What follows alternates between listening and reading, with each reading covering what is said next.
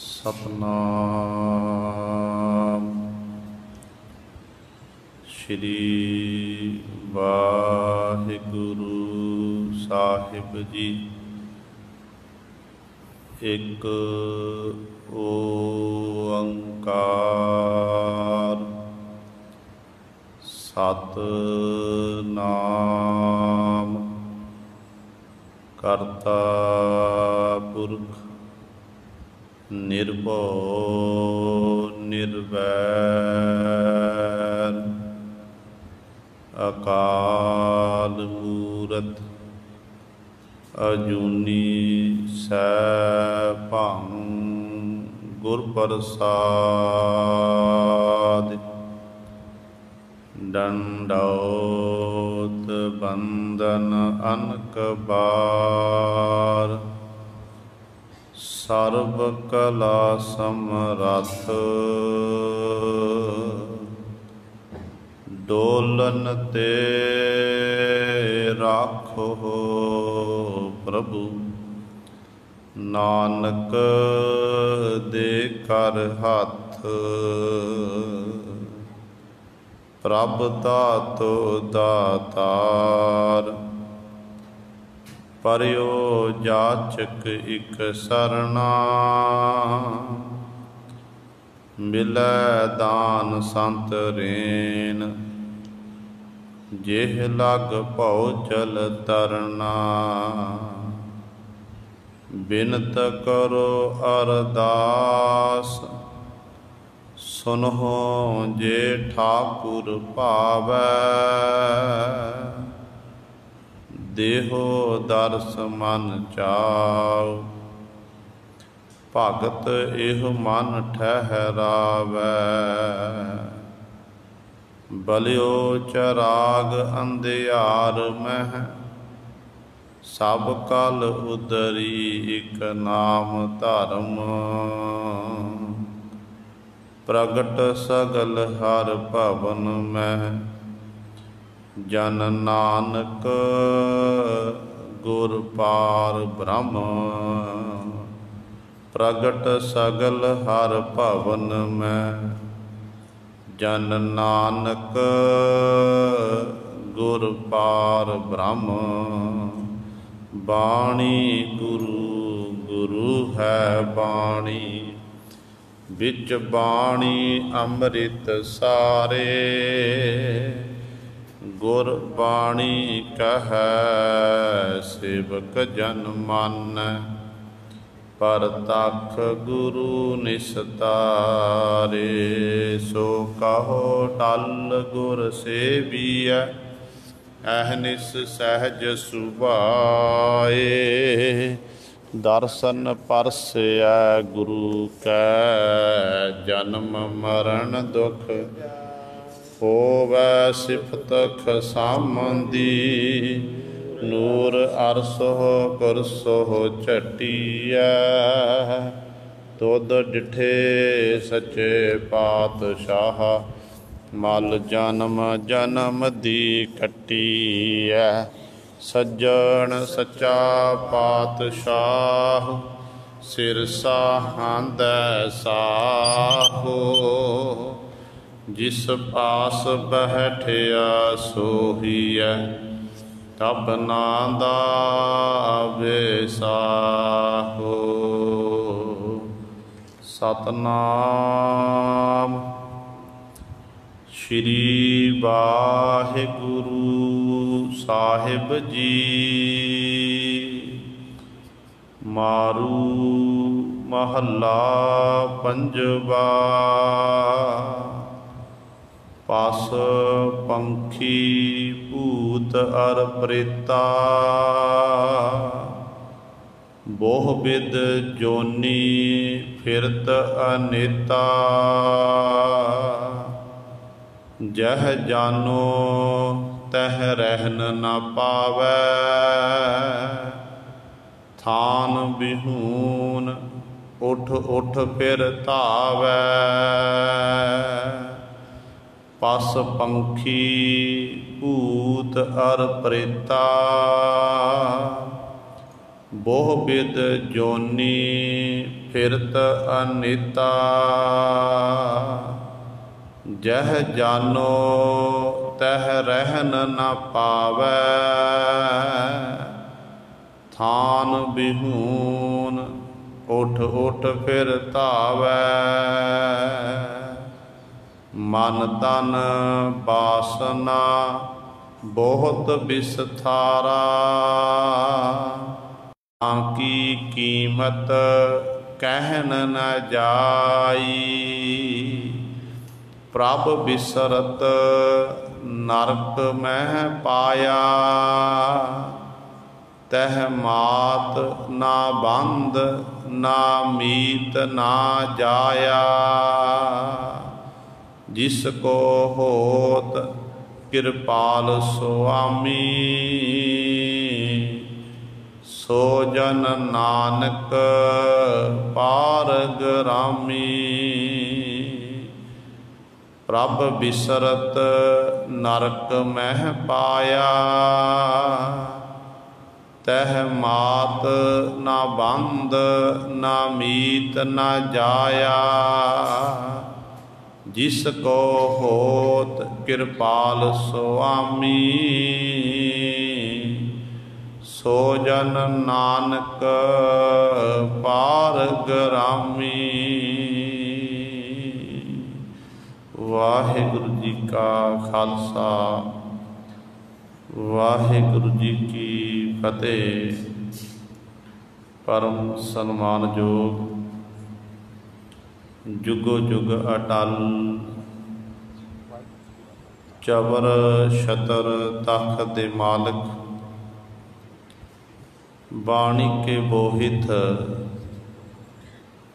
ਧੰਨ ਧੰਨ ਸਾਹਿਬ ਸ੍ਰੀ ਗੁਰੂ ਗੋਬਿੰਦ ਸਿੰਘ ਮਹਾਰਾਜ ਜੀ ਦੇ ਪਾਵਨ ਪਵਿੱਤਰ ਅਸਥਾਨ ਚਰਨ ਛੋਹ ਧਰਤੀ ਗੁਰਦੁਆਰਾ ਮੰਜੀ ਸਾਹਿਬ ਆਲਮਗੀਰ ਵਿਖੇ ਸਾਹਿਬ ਸ੍ਰੀ ਗੁਰੂ ਗ੍ਰੰਥ ਸਾਹਿਬ ਮਹਾਰਾਜ ਜੀ ਦੀ ਨਿੱਘੀ ਗੋਦ ਵਿੱਚ ਬੈਠ ਕੇ ਸਤ ਸੰਗਤ ਦੀਆਂ ਘੜੀਆਂ ਦਾ ਆਨੰਦ ਪ੍ਰਾਪਤ ਕਰਕੇ ਲਾਹੇ ਪ੍ਰਾਪਤ ਕਰਕੇ ਆਪਣੇ ਜੀਵਨ ਨੂੰ ਸਫਲਾ ਕਰ ਰਹੇ ਹੋ। ਵਡਭਾਗੇ ਹੋ। ਗੁਰੂ ਸਾਹਿਬਾਨ ਜੀ ਨੇ ਅਪਾਰ ਬਖਸ਼ਿਸ਼ ਮਿਹਰ ਕੀਤੀ ਹੈ। ਅੰਮ੍ਰਿਤ ਵੇਲੇ ਤੋਂ ਸਤਿਗੁਰਾਂ ਦੇ ਪਾਵਨ ਸਥਾਨ ਵਿਖੇ ਸਜੇ ਹੋਏ ਦੀਵਾਨਾਂ ਵਿੱਚ ਆਪ ਜੀ ਨੇ ਹੁਣੇ ਹੀ ਸਤਿਕਾਰਯੋਗ ਗੁਰੂ ਘਰ ਦੇ ਕੀਰਤਨੀਆਂ ਪਾਸੋਂ ਸ਼੍ਰੀ ਆਸਾ ਜੀ ਦੀ ਵਾਰ ਦੇ ਕੀਰਤਨ ਸ਼ਰਵਣ ਕੀਤੇ ਹਨ। ਸੋ ਆਓ, ਸਮਾਂ ਹੈ ਜੋ ਚੱਲ ਰਹੀ ਲੜੀਵਾਰ ਗੁਰਬਾਣੀ ਦੀ ਕਥਾ ਮਾਰੂ ਰਾਗ ਦੇ ਵਿੱਚੋਂ ਆਪ ਸੰਗਤਾਂ ਸ਼ਰਵਣ ਕਰਦੀਆਂ ਆ ਰਹੀਆਂ ਹਨ। ਤੀਸਰੇ ਪਦੇ ਦੀ ਵਿਚਾਰ ਆਪ ਜੀ ਨੇ ਸਤਿਗੁਰੂ ਪਾਤਸ਼ਾਹ ਮਹਾਰਾਜ ਦੀ ਕਿਰਪਾ ਸਦਕਾ ਅੱਜ ਹੋਣੀ ਹੈ। ਕੱਲ੍ਹ ਵਾਲੀ ਵਿਚਾਰ ਵਿੱਚ ਦੂਸਰੇ ਪਦੇ ਦੀ ਵਿਚਾਰ ਆਪ ਜੀ ਨੇ ਸ਼ਰਵਣ ਕੀਤੀ ਸੀ, ਜਿਹਦੇ ਵਿੱਚ ਸਤਿਗੁਰੂ ਧੰਨ ਸਾਹਿਬ ਸ੍ਰੀ ਗੁਰੂ ਅਰਜਨ ਦੇਵ ਮਹਾਰਾਜ ਨੇ ਸਾਡੇ ਉੱਤੇ ਬਖਸ਼ਿਸ਼ ਕੀਤੀ। ਇਹ ਦੱਸਿਆ ਕਿ ਮਨੁੱਖ ਪਦਾਰਥਵਾਦੀ ਸੋਚ ਵਾਲਾ ਹੋਣ ਕਰਕੇ ਜਿਹੜੀਆਂ ਵਸਤੂਆਂ ਫਾਨੀ ਹਨ, ਨਾਸ਼ਵੰਤ ਹਨ, ਉਹਨਾਂ ਨੂੰ ਸਤ ਕਰਕੇ ਮੰਨਦਾ ਹੈ। ਉਹਦੇ ਵਿੱਚ ਹੀ ਕਹਿੰਦੇ ਆਪਣਾ ਚਿੱਤ ਜੋੜ ਕੇ ਰੱਖਦਾ। ਇਸ ਤਰ੍ਹਾਂ ਇਹ ਮੂਰਖ ਹੈ, ਅਗਿਆਨੀ ਹੈ। ਇਸ ਜੀਵ ਨੂੰ ਕਿਸੇ ਪ੍ਰਕਾਰ ਦੀ ਸੋਝੀ ਨਹੀਂ ਹੈ। ਹਰ ਸਮੇਂ ਦਿਨ ਰਾਤ ਇਹ ਕਾਮ, ਕ੍ਰੋਧ, ਲੋਭ, ਮੋਹ ਇਤਿਆਦਿਕ ਇਹਨਾਂ ਦੇ ਵਿੱਚ ਹੀ ਮਸਤ ਰਹਿੰਦਾ ਹੈ। ਇੰਨਾ ਕੀਮਤੀ ਜਨਮ ਜਿਹੜਾ ਮਨੁੱਖ ਨੂੰ ਵਾਰ-ਵਾਰ ਮਿਲਣ ਵਾਲਾ ਨਹੀਂ ਹੈ ਜੀਵ ਨੂੰ, ਇਹ ਮਨੁੱਖਾ ਦੇਹੀ, ਇਸ ਮਨੁੱਖਾ ਦੇਹੀ ਨੂੰ ਇਸ ਜੀਵ ਨੇ ਕੌਡੀਆਂ ਦੇ ਭਾਅ ਅਜਾਈ ਹੀ ਗਵਾ ਦਿੱਤਾ। ਇਸ ਤਰ੍ਹਾਂ ਹਰ ਸਮੇਂ ਮੇਰ ਦੇ 'ਚ ਲੱਗਿਆ ਹੋਇਆ ਹੈ, ਮਾਇਆ ਦੇ ਮਦ ਨਸ਼ੇ ਵਿੱਚ ਮਸਤ ਹੈ। इस तरह गुरु सवारे अपना मन करके भी तन करके माया विच गलतान है। तो इस तरह जिहड़ी तृष्णा जिहड़ी है दिनों दिन के अंदर वधदी जा रही है, कलोलां करदी है, पर जीव नूं कहंदे ये समझ नहीं आ रही है। जिन्नियां भी ये आसा रखदा ना मन च कि मेरी फलानी आसा पूरी हो जाए, आ पूरी हो जाए, तो गुरु साहिबान जी कहंदे वो आसा ऊणियां ही रह जांदियां ने। हर एक दियां आसावां पूरीआं नहीं हुंदियां। ये सारे ही जिन्ने भी मुखों बोलदा है कहंदे मिथ्या हन, झूठ हन। ते संसार विच मनुख कल्ला ही आया ते कल्ले नहीं संसार विच जाना है। जिहड़ा एक हर समय कहंदा हम तुम करदा फिरदा है, कहंदे ये सारे बोल मनुख दे झूठे ने। असल विच संसार फानी है। जो आया जन्म लैके उन्हें एक दिन संसार तो कूच करना है। पर सतगुरु जी अखीरली पंक्ति बख्शिश करते हैं, कहंदे जीव दे वस की गल नहीं है। परमात्मा ने ही जीव नूं ठग रूपी बूटी वो दिती हुई है, जिहदे विच जीव गलतान होया फिर ठगिया जा रहा है। इन्हें अपने असली नूं जी भुल गया है, अपने आप नूं भुल गया कि मैं की हाँ, कित्थों आया हाँ, काहदे लई आया हाँ, मेरा की काम मैं करना है, इस तरह भुल गया है। तो चंगी कहते इस तरह परमात्मा ने खेड़ बरताई हुई है। कहते इस तरह कर्मां दा संधड़ा खेत है मनुखा दे ही, इहदे विच ही कहते जीव गलतान है। इहदे करके ही कहते जीव दिन रात कर्म करदा फिरदा है। जो कर्मां विच लिख दिता फल फुल विधाते ने वो मेटे नहीं जा सकते हैं। तो इस तरह ये विचार आप जी ने कल वाली विचार भी श्रवण की सी। हुण सतगुरु तीसरे पदे द्वारा साडे उत्ते बख्शिश कर रहे हैं। आओ अपनियां मन बिरतियां एकाग्र करिए, ध्यान गुरु चरणों नाल जोड़िए ते सतगुरु महाराज जी के पावन उपदेश नूं हिरदियां विच वसा के अपना जीवन सफला करिए। करो सारे अपनी रसना पवित्र, आखो जी सतनाम श्री वाहिगुरु साहिब जी। सतनाम श्री वाहिगुरु साहिब जी। पस पंखी भूत अर प्रेता, बोह बिद जोनी फिरत अनेता। धन गुरु अर्जन देव महाराज जी 1005 अंक ते बख्शिश करते ने। सतगुरां नूं सवाल किया कि सच्चे पातशाह जिहड़े जीव नाम नहीं जपदे, बाणी नहीं पढ़ते, सिमरन नहीं करते, अमृत वेले की संभाल नहीं करते, तो सतगुरु जी जिहड़े गुरमंत्र तो हीणे ने भाव गुरु वाले नहीं बने हैं, उन्हां दी फिर हालत कैसी हुंदी है। तो सतगुरु जी प्रमाण करते हैं, कहते पस पंखी भूत अर प्रेता, ये जूना दे नाम ने कि वो मनुख वो जीव कदे पंछी बन गया, कदे पशु बन गया, कदे भूत बन गया, कदे प्रेत बन गया, इत्यादक बहुविध जोनी फिरत अनेता। कहते इस तरह अनेकता, अनेता का अर्थ अनेकां अनेकां जूनियां दे विच जीव बार बार जमदा ते बार बार मरदा। ये सिलसिला लगातार जारी है। ये मनुखा देही जीव नूं प्राप्त हुई है। इस मनुखा देही विच जेकर जीव गुरु वाला बने तो गुरु वाला बन के फिर गुरु की सिक्ख्या अनुसार अपने जीवन नूं बतीत करे, फिर तो गुरु सवारे ये मनुखा देही साडी सफली हो सकती है। पर परमात्मा के नाम तो बिना, गुरु तो बिना जीव की हालत इहो जी हुंदी है। धन गुरु अर्जन देव महाराज का प्रमाण है सहस्कृति नामे बाणी दे विच। पातशाह कहते ने गुरमंत्र हीनस जो प्राणी, त्रिगंत जन्म भ्रष्ट न है। कूकर है सूकर है, काक है गर्दप है, सर्प न तुलखल है। गुरमंत्र हीनस जो प्राणी, त्रिगंत जन्म भ्रष्ट है। ਜਿਹੜਾ ਗੁਰੂ ਦੇ ਮੰਤਰ ਤੋਂ ਹੀਣਾ ਨਾ ਜਿਹੜਾ ਜੀਵ ਕਹਿੰਦੇ ਅਨੇਕਾਂ ਜੂਨਾਂ ਵਿੱਚ ਉਹ ਭਟਕਦਾ ਹੈ। ਕਦੇ ਕੂਕਰ ਹੈ, ਕੁੱਤਾ ਬਣ ਗਿਆ, ਕਦੇ ਸੂਕਰ ਹੈ, ਸੂਰ ਦੀ ਗਊ ਜੂਨ ਵਿੱਚ ਪੈ ਗਿਆ, ਕਦੇ ਕਾਕ ਹੈ, ਕਾਂ ਬਣ ਗਿਆ, ਗਰਦਪ ਹੈ, ਕਦੇ ਗਧੇ ਦੀ ਜੂਨੀ ਵਿੱਚ ਆ ਗਿਆ, ਕਦੇ ਸਰਪਨ ਹੈ, ਸੱਪ ਦੀ ਜੂਨੀ ਪ੍ਰਾਪਤ ਹੋ ਗਈ। ਭਾਵ ਇਹ ਸਤਿਗੁਰ ਨੇ ਕੁਝ ਕੁ ਜਿਹੜੀਆਂ ਜੂਨਾਂ ਦਾ ਵਰਣਨ ਕੀਤਾ ਹੈ ਕਿ ਇਹ ਨਹੀਂ ਕਿ ਇਹ ਪੰਜੇ ਜੂਨਾਂ ਜਿਹੜੀ 4-5 ਆਪ ਜੀ ਨੇ ਸਰਵਣ ਕੀਤੀਆਂ ਨੇ, ਕਿ ਇਹ ਤਾਂ ਇੱਕ ਦ੍ਰਿਸ਼ਟਾਂਤ ਦਿੱਤਾ ਸਤਿਗੁਰ ਇਹੋ ਜਿਹੀਆਂ ਟੇਢੀਆਂ ਮੇਢੀਆਂ ਅਨੇਕਾਂ ਜੂਨਾਂ ਦੇ ਵਿੱਚ ਉਹ ਜੀਵ ਗੁਰੂ ਦੇ ਮੰਤਰ ਤੋਂ ਹੀਣਾ ਬਾਰ-ਬਾਰ ਭਟਕਦਾ ਹੈ। ਇਸ ਕਰਕੇ ਇਹ ਮਨੁੱਖਾ ਦੇਹੀ ਮਿਲੀ ਹੈ ਲਾਹਾ ਕੱਟਣ ਦੇ ਲਈ। ਲਾਹਾ ਖੱਟੇ, ਇਸ ਮਨੁੱਖਾ ਦੀ ਲਾਹਾ ਕਿਵੇਂ ਕੱਟਣਾ ਹੈ? ਸਤਿਗੁਰਾਂ ਦੀ ਬਾਣੀ ਪੜ੍ਹ ਕੇ, ਸਿਮਰਨ ਕਰਕੇ, ਗੁਰੂ ਵਾਲੇ ਬਣ ਕੇ ਫਿਰ ਗੁਰੂ ਸਵਾਰੇ ਇਹ ਲਾਹਾ ਖੱਟਿਆ ਜਾ ਸਕਦਾ ਹੈ। ਗੁਰਬਾਣੀ ਦੇ ਵਿੱਚ ਗੁਰੂ ਸਾਹਿਬਾਨ ਦੇ ਆਪਾਂ ਬਚਨ ਪੜ੍ਹਦੇ ਹਾਂ ਅਤੇ ਸਤਿਗੁਰੂ ਫਰਮਾਨ ਕਰਦੇ ਨੇ ਕਿ ਈਹਾਂ ਖਾਟ ਚਲੋ ਹਰ ਲਾਹਾ, ਆਗੈ ਬਸਨ ਸਹੇਲਾ।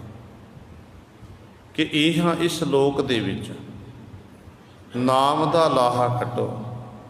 ਜੇ ਇੱਥੇ ਲਾਹਾ ਖੱਟੋਗੇ ਕਹਿੰਦੇ ਅੱਗੇ ਸੋਭਨੀਕ ਹੋਵੋਗੇ। ਜਿਵੇਂ ਇੱਕ ਤਰ੍ਹਾਂ ਪਦਾਰਥਵਾਦੀ ਸੋਚ ਵਾਲੇ ਮਨੁੱਖ ਦੀ ਇਹ ਸੋਚ ਹੁੰਦੀ ਹੈ ਕਿ ਮੈਂ ਇੰਨਾ ਧਨ ਕਮਾ ਲਵਾਂ, ਮੈਂ ਸਾਂਭ ਕੇ ਰੱਖ ਲਵਾਂ ਅਤੇ ਮੇਰੇ ਉਸ ਧਨ ਨੂੰ ਫਿਰ ਉਸ ਧਨ ਦੇ ਰਾਹੀਂ ਜਦੋਂ ਔਖਾ ਸਮਾਂ ਆਵੇਗਾ ਅਤੇ ਇਹ ਧਨ ਮੇਰੀ ਸਹਾਇਤਾ ਕਰੇਗਾ। ਦੁਨਿਆਵੀ ਧਨ ਦੀ ਗੱਲ ਹੈ ਕਿ ਜਿਹੜਾ ਇਹ ਧਨ ਮੈਂ ਜਮ੍ਹਾਂ ਕੀਤਾ ਮੇਰੇ ਔਖੇ ਸਮੇਂ ਮੇਰੀ ਇਹ ਸਹਾਇਤਾ ਕਰੇਗਾ, ਲੋੜ ਪਵੇਗੀ ਮੈਂ ਇਸ ਧਨ ਨੂੰ ਵਰਤ ਸਕਾਂਗਾ।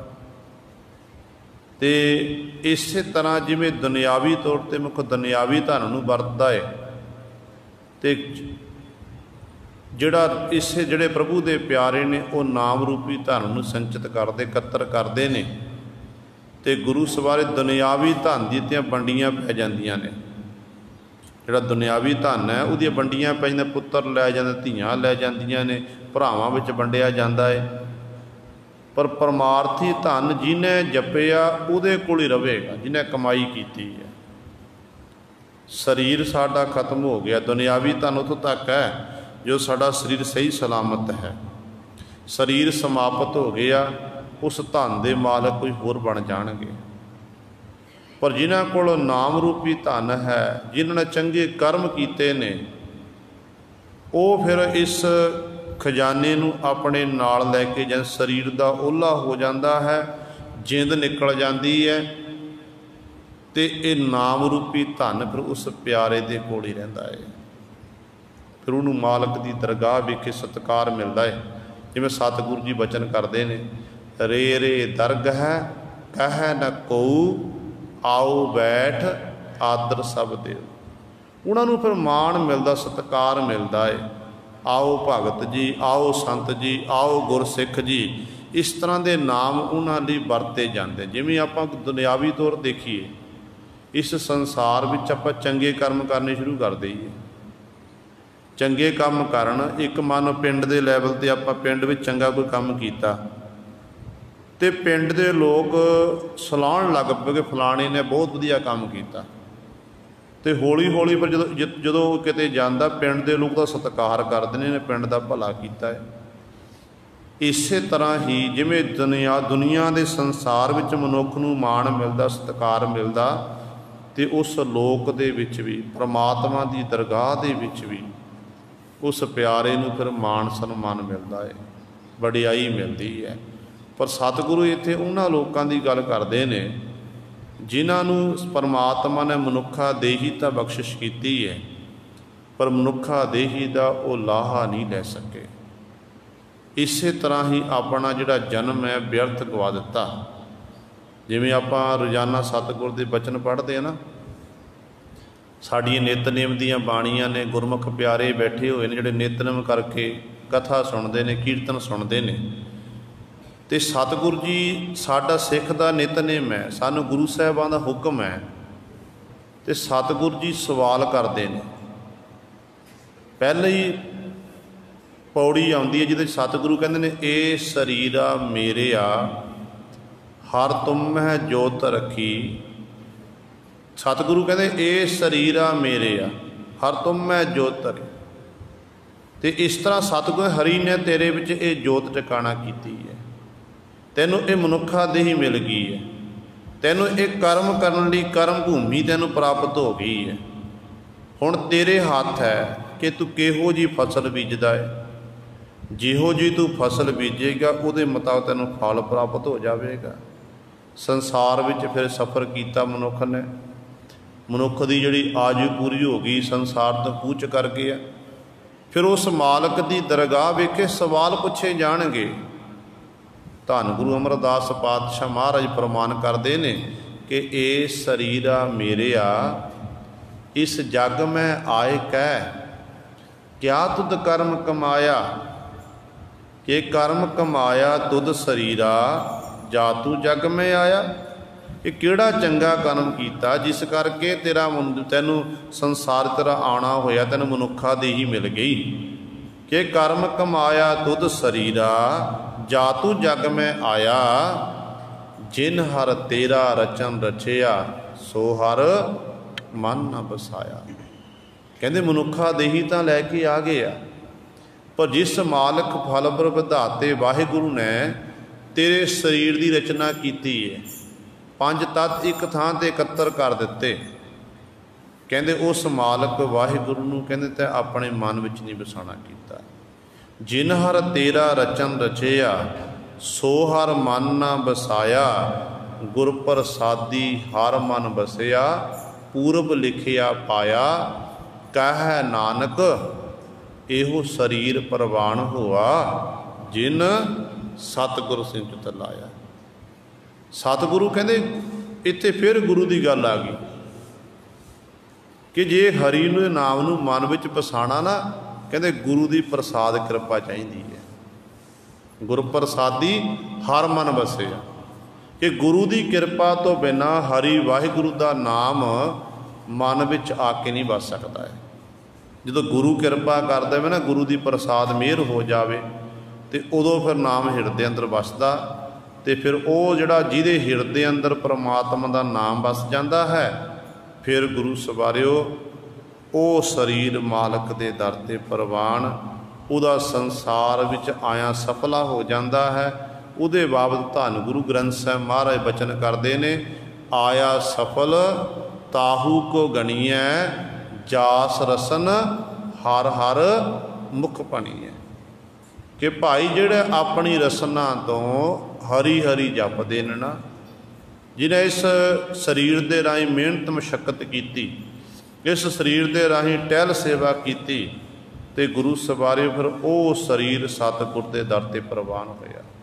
ਬ੍ਰਹਮ ਗਿਆਨੀ ਬਾਬਾ ਬੁੱਢਾ ਸਾਹਿਬ ਜੈਸੇ, ਭਾਈ ਸਾਹਿਬ ਭਾਈ ਗੁਰਦਾਸ ਜੈਸੇ, ਭਾਈ ਸ਼ਾਲੋ ਜੀ ਜੈਸੇ, ਕਿੰਨਿਆਂ ਸਿੱਖਾਂ ਦੀ ਗੱਲ ਕਰੀਏ ਜਿਨ੍ਹਾਂ ਨੇ ਗੁਰੂ ਸਰ ਨਾਮ ਦੀ ਕਮਾਈ ਕੀਤੀ ਨਾ, ਉਹਨਾਂ ਨੂੰ ਫਿਰ ਮਾਲਕ ਦੇ ਦਰ ਤੋਂ ਖੁਸ਼ੀਆਂ ਖੇੜੇ ਮਿਲੇ ਨੇ, ਉਹਨਾਂ ਨੂੰ ਖਿਤਾਬ ਮਿਲਿਆ ਹੈ। ਹੁਣ ਸਰੀਰ ਤਾਂ ਅਨੇਕਾਂ ਸਨ ਗੁਰੂ ਸਾਹਿਬਾਨ ਦੀ ਹਜ਼ੂਰੀ ਵਿੱਚ, ਅਨੇਕਾਂ ਸਿੱਖਾਂ ਦੀ ਗਿਣਤੀ ਬਹੁਤ ਤਾਦਾਦ ਵਿੱਚ ਸੀ, ਪਰ ਜਿਨ੍ਹਾਂ ਨੇ ਗੁਰੂ ਦੇ ਬਚਨਾਂ ਨੂੰ ਸੱਤ ਕਰਕੇ ਮੰਨ ਲਿਆ, ਕਮਾਈ ਕਰਨਾ ਕੀਤੀ ਹੈ, ਉਹਨਾਂ ਦੇ ਨਾਮ ਅਮਰ ਹੋ ਗਏ ਨੇ।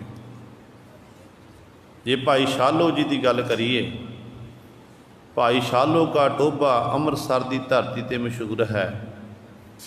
ਅਤੇ ਭਾਈ ਸ਼ਾਲੋ ਜੀ ਗੁਰੂ ਕੇ ਲੰਗਰਾਂ ਵਿੱਚ ਸੇਵਾ ਕਰ ਰਹੇ ਨੇ, ਲੰਗਰ ਵਰਤਾ ਰਹੇ ਨੇ। ਦੇਖੋ ਸਿੱਖ ਦੀ ਕਿੱਡੀ ਉੱਚੀ ਸੋਚ ਹੁੰਦੀ ਹੈ, ਕਿੰਨੀਆਂ ਸ਼ਕਤੀਆਂ, ਕਿਉਂਕਿ ਰਿੱਧ ਸਿੱਧ ਸਭ ਨਾਵੈ ਕੀ ਦਾਸੀ ਹੈ। ਅਤੇ ਇਹ ਗੁਰੂ ਕੇ ਲੰਗਰਾਂ ਵਿੱਚ ਗੁਰੂ ਰਾਮਦਾਸ ਪਾਤਸ਼ਾਹ ਲੰਗਰਾਂ ਪ੍ਰਸ਼ਾਦਾ ਵਰਤਾ ਰਹੇ ਆ। ਇੱਕ ਜੋਗੀ ਪੁਰਸ਼ ਆ ਗਿਆ, जोगीपुर जदों पहुँचिया तो मन में जोगी पुरुष के विचार आई, देखिए कि सतगुरु गुरु रामदास पातशाह महाराज के दर ते बहुत तादाद में संगत आ रही ने, नतमस्तक हो रही, तिल फुल भेटावां अर्पण करी, बड़ा सत्कार है पातशाह जी का। तो जोगी पुरुष ने मन में विचार की, पंजवें पातशाह समा उदों चल रहा सी कि मैं लंगर में जाता हाँ तो लंगर में जाके मैं अपनी शक्ति दे नाल जिन्ने भी गुरु रामदास पातशाह लंगर च पकवान ने सारे मैं अपने खप्पर विच पवा लवांगा, अपनी शक्ति का मेरा खप्पर नहीं भरेगा। हुण जदों ये गुरु के लंगर में जाके बैठे आ, मन विच ये सी कि गुरु का लंगर मस्ताना होवेगा। जो गुरु का लंगर मस्ताना होवेगा तो जिन्नियां भी संगतां ने वो गुरु अर्जन दे महाराज नूं छड्ड के सारियां मेरे वल चल के आ जाणगियां। पर होया कि जदों गुरु सवारे ये लंगर में जाके बैठे आ, भाई शालो जी ने इहदे मन नूं पढ़ना कीता, क्योंकि आम तौर पर असी एक दूजे के चेहरे नूं पढ़ते हैं कि फलाना किहो जे रंग रूप का है, ये गोरा है, ये काला है, ये नैन नक्श इहो जे ने, साडी चेहरे तक पहुँच है। जिहड़े गुरमुखां दी पहुँच जीव दे मन तक हुंदी है, साडे गुरु साहिबान दी पहुँच मन तक, जिहड़े प्रभु महापुरख ने उन्हां दी पहुँच साडे मनां तक है कि जीव दे अंदर की है ते बाहर की है। वो जीव दे अंदरले फुरनिਆਂ ਨੂੰ दस दिंदे ने कि जीव दे अंदर की चल रहा है। हुण जदों ये जोगी पुरुष आके बैठे आ, भाई शालो जी ने देखिया कि इहदे अंदर खोट है, कपट है, छल है, ये गुरु के लंगर नूं मस्ताना करना चाहुंदा है, गुरु का निरादर करना चाहुंदा है। तो एक सिख है जिहड़ा सिख कदे गुरु की निंदा सुनै ना कान, गुरबाणी कहती है। अपने गुरु की निंदिया नहीं सुन सकता सिख। सिख हर समय यही सोचता कि मेरे गुरु का जस होवे, वडियाई होवे, मैं गुरु का जस करा तो दुनिया के लोग मेरे गुरु का जस करते रहन। भाई शालो जी ने सोचा कि मेरे गुरु का हुक्म है कि करामात नहीं विखाणी, पर इत्थे कला की लोड़ है। ये मेरे गुरु ना मत्था लाउण लई आया, साडे नाल मत्था लाउंदा सी कोई गल नहीं, असी करामात नहीं विखाणी सी, पर मेरे गुरु नाल मत्था लाउण आया, मेरे गुरु का निरादर करना चाहुंदा है। इनू सबक सिखाना चाहिए, इनू पता लग जाए कि जिहड़ी शक्ति उत्ते तू माण करदा फिरदा ना, इहो जिहियां शक्तियां तां कल्ले कल्ले गुरु दे सिख विच हन, तू कित्थों माण करदा, कित्थे अफरिया फिरदा है। कहंदे जदों फिर इह लंगर विच बैठा, भाई शालो जी वरतावे लग गए। कहते इन्हें उस समय अपना खप्पर अगे किया, जिन्हें ठूठा कहते जिहदे राही ये जोगी भिखिया मंगते हैं, खप्पर अगे किया तो कहन लगे इहदे विच पाना करो। कहते ने भाई शालो जी ने वाहिगुरू आख्या, बुक भरिया, एक बुक गुरु सर खप्पर विच पाया तो वो खप्पर सारा ही भर गया। तो जोगी पुरुष कदे भाई शालो भी शालो जी वाल देखण, कदे अपने भरे हुए खप्पर वाल वेखण, तो हैरान हो गया कि ये की कला वरती। मैं तो सोचा सी मेरे विच बड़ी कला है, मैं शक्ति मेरे रिद्धियां सिद्धियां ने। ये गुरु अर्जन दे महाराज दे सिख जिन्हां कोल ऐसी कला ऐसी शक्ति कि मेरी रिद्धियां सिद्धियां सारियां अगे फेल हो गई ने। फिर गुरु सर ने खिमा मंगी, धन गुरु अर्जन दे महाराज की हजूरी विच गया तो सतगुरु के चरणों च बेनती की, सच्चे पातशाह मैनू बख्शना करो, मेरे तो बहुत बड़ी गलती हुई है। सो कई इहो जे भी ने, मनुखा देही मिलती है, नाम जपदे पर रिद्धियां सिद्धियां प्राप्त हो जांदियां ते मन विच माण प्राप्त हो जाए कि असी बड़े हैं। वो भी फिर गुरु सोरे जूना विच जाके द्वारा जम्मण मन चक्कर विच द्वारा भड़कते फिरते हैं। क्योंकि जदों भगती मार्ग ते चलदियां होइयां मनुख नूं रिद्धियां सिद्धियां प्राप्त होंदियां, ये अटल सच्चाई है। पर रिद्धियां सिद्धियां ऐसियां जिवें एक वगदा होया पानी है, नदी वग रही है, नदी के अगे वगदे हुए पानी के अगे बन ला दिता जाए तो नदी का पानी रुक जाएगा। फिर वो जिहड़ा दरिया का नदी का पानी है वो खुआर हो जाएगा, वो बदबू मारन लग पवेगा, वो पीण दे योग नहीं रहेगा। तो इस तरह जदों भगती मार्ग ते चलदियां होइयां जिहड़ियां रिद्धियां सिद्धियां इत्यादक ने ना, ये रुकावट वाला काम करदियां ने। जीव जिहड़ा रिद्धियां सिद्धियां विच खचत हो जाता है, फिर अपनी मंजिल तक वो नहीं पहुँच सकता, उत्थे उहदा स्टॉप लग जाता, अगे नहीं बढ़ सकता है। जिहड़े पर गुरमुख प्यारे ने वो रिद्धियां सिद्धियां का त्याग करके गुरु सवारियो वो पर अपनी मंजिल तक उन्होंने पता है रिद्धियां सिद्धियां साडियां मंजिल नहीं, साडी मंजिल है परमात्मा नूं मिलना। जिमें नदियां दरियावां दी मंजिल है समुंदर, नदियां वगदियां दरिया वगदे ने, अनेकां प्रकार दी चट्टानां रस्ते विच आउंदियां, बड़े बड़े पत्थर आउंदे ने, वो पानी पत्थरां नाल टकरा के पत्थरां नूं चीरदा होया ठोकरा खांदा होया पानी अगे वधदा है। उन्होंने पता कि साडी अनेकां ठोकरां वजणगीਆਂ जे असीं चीरदे अगे वध गए, एक दिन ऐसा भी आवेगा असीं प्यारे समुंदर विच जाके मिल जावांगे। समुंदर विच मिल गए फिर समुंदर दा रूप बन गए। इस तरह जिहड़े प्रभु दे प्यारे ने ना, वो प्रभु परमात्मा की इबादत करते हैं।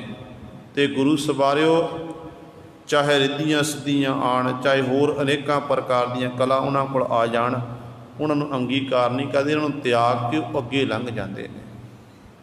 एक दिन फिर ऐसा समा आउंदा है कि वो प्यारे दे गुण गा के प्यारे दे विच ही अभेद हो जाते हैं, लीन हो जाते हैं।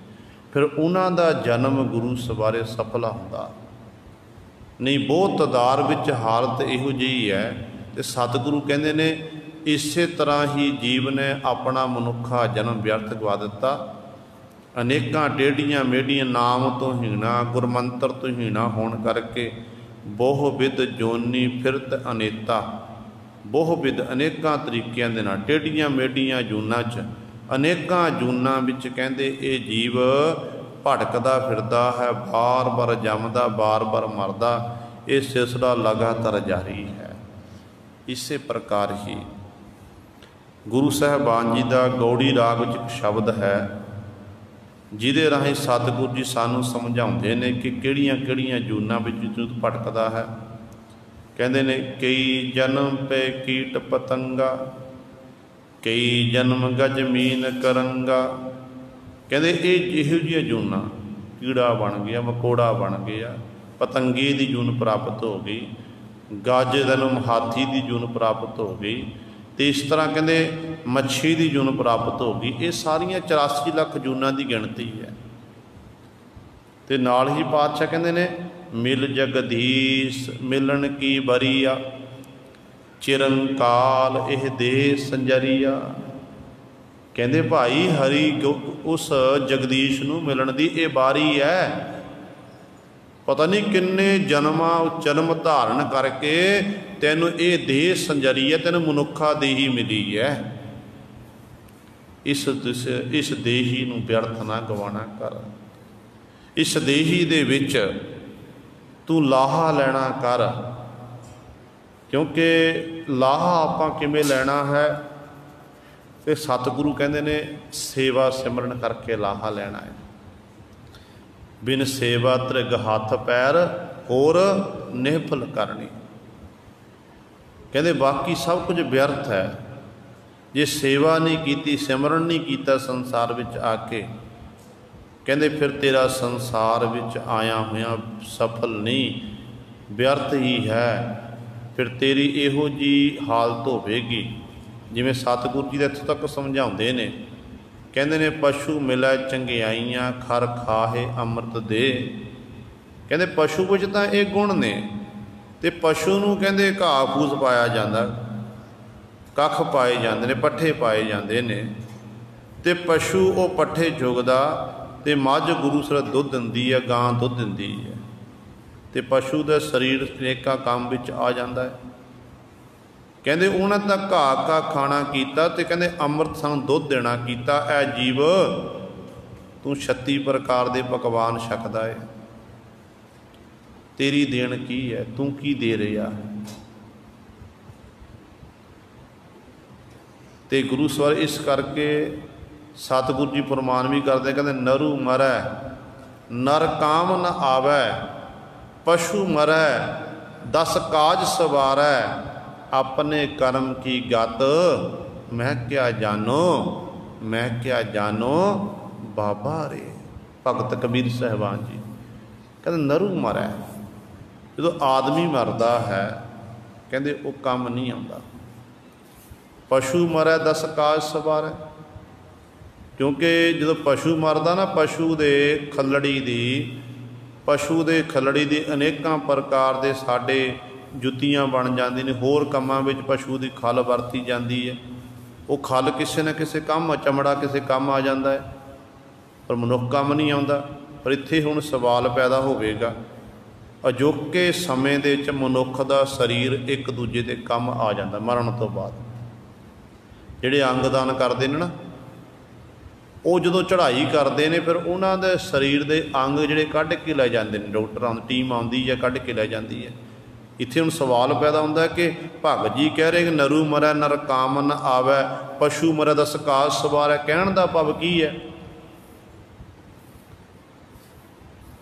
ਤੇ ਅੰਤਰੀਵ ਅਰਥ ਨੇ ਨਰੂ ਮਰੈ ਨਰ ਕਾਮ ਨ ਆਵੈ, ਪਸ਼ੂ ਮਰੈ 10 ਕਾਜ ਸਵਾਰੈ।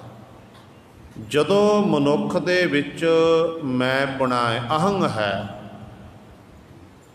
ਉਦੋਂ ਤਾਂ ਮਨੁੱਖ ਕਿਸੇ ਕੰਮ ਨਹੀਂ ਆਉਂਦਾ। ਨਰੂ ਪੁਣਾ ਕਿ ਮੈਂ ਪੁਣਾ, ਕਿ ਮੈਂ ਹੀ ਮੈਂ ਕਰਦਾ, ਫਿਰ ਉਦੋਂ ਕਹਿੰਦੇ ਮਨੁੱਖ ਕਿਸੇ ਦੇ ਕੰਮ ਨਹੀਂ ਆਉਂਦਾ। ਪਸ਼ੂ ਮਰੈ 10 ਕਾਜ ਸਵਾਰੈ, ਜਦੋਂ ਪਸ਼ੂ ਬਿਰਤੀ ਕਿਹੜੀ ਹੈ? ਅਗਿਆਨ, ਅਗਿਆਨਤਾ, ਕਿ ਪਸ਼ੂ ਬਿਰਤੀ ਮਰ ਗਈ, ਖਤਮ ਹੋ ਗਈ, ਤੇ ਉਦੋਂ ਫਿਰ ਇਹੀ ਮਨੁੱਖ ਕਹਿੰਦੇ 10 ਦੇ ਕਾਰਜ ਸਵਾਰ ਦਿੰਦਾ ਹੈ। ਲੋੜਵੰਦਾਂ ਦੀ ਸਹਾਇਤਾ ਲਈ ਆਪ ਅੱਗੇ ਹੋ ਜਾਂਦਾ ਹੈ। ਤੇ ਇਸ ਤਰ੍ਹਾਂ ਭਗਤ ਕਬੀਰ ਸਾਹਿਬਾਨ ਜੀ ਇਸ ਤਰ੍ਹਾਂ ਕਹਿ ਰਹੇ ਨੇ, ਕਹਿੰਦੇ ਪਸ਼ੂ ਬਿਰਤੀ ਮਰ ਗਈ, ਕਹਿੰਦੇ ਉਦੋਂ ਫਿਰ ਇਹੀ ਜੀਵ ਅਨੇਕਾਂ ਦਾ ਭਲਾ ਕਰ ਸਕਦਾ ਹੈ।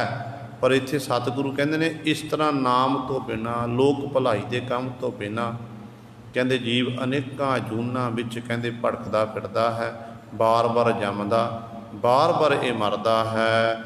ਜਹ ਜਾਨੋ ਤਹ ਰਹਿਨ ਨ ਪਾਵੈ,